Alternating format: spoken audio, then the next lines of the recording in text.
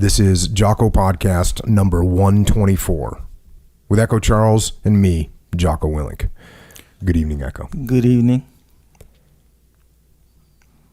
Bullets punched through the chopper as Nev and I jumped out.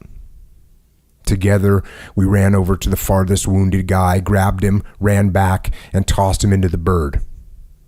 We picked up a second wounded in action the same way, and then a third.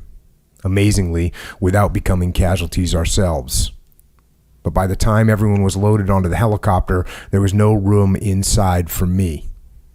I stood on the skids and put on my helmet so I could tell the pilot to take off, but I found I couldn't talk. I was so dried out, my tongue had welded itself to the roof of my mouth out of pure fear. I had to open my canteen and drink some water before I could even gasp, "Let's get this mother out of here."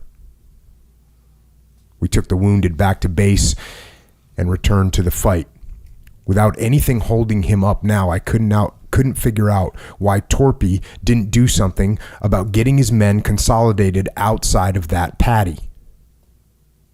He still kept saying he was pinned down. Finally, I lost my temper.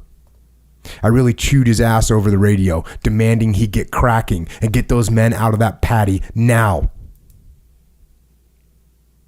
Apparently, the next thing he did was put down the radio, stand straight up, and begin running from man to man to get them to move back.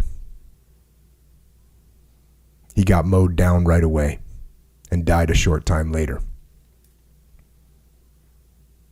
Maybe I hadn't learned a damn thing at my con, or from Dennis Foley's near miss in that minefield.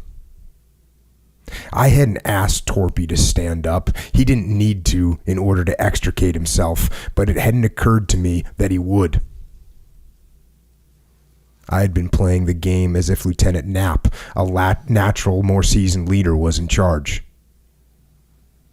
It was due to the force of my word as his commander that this inexperienced young lieutenant was sent to his death.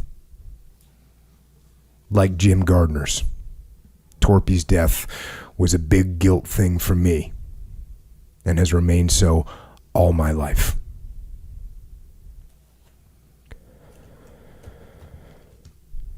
And that is an excerpt from the book About Face, which is by Colonel David Hackworth, a book that we covered on this podcast. In fact, it was the first book we covered on this podcast, and there is a reason for that.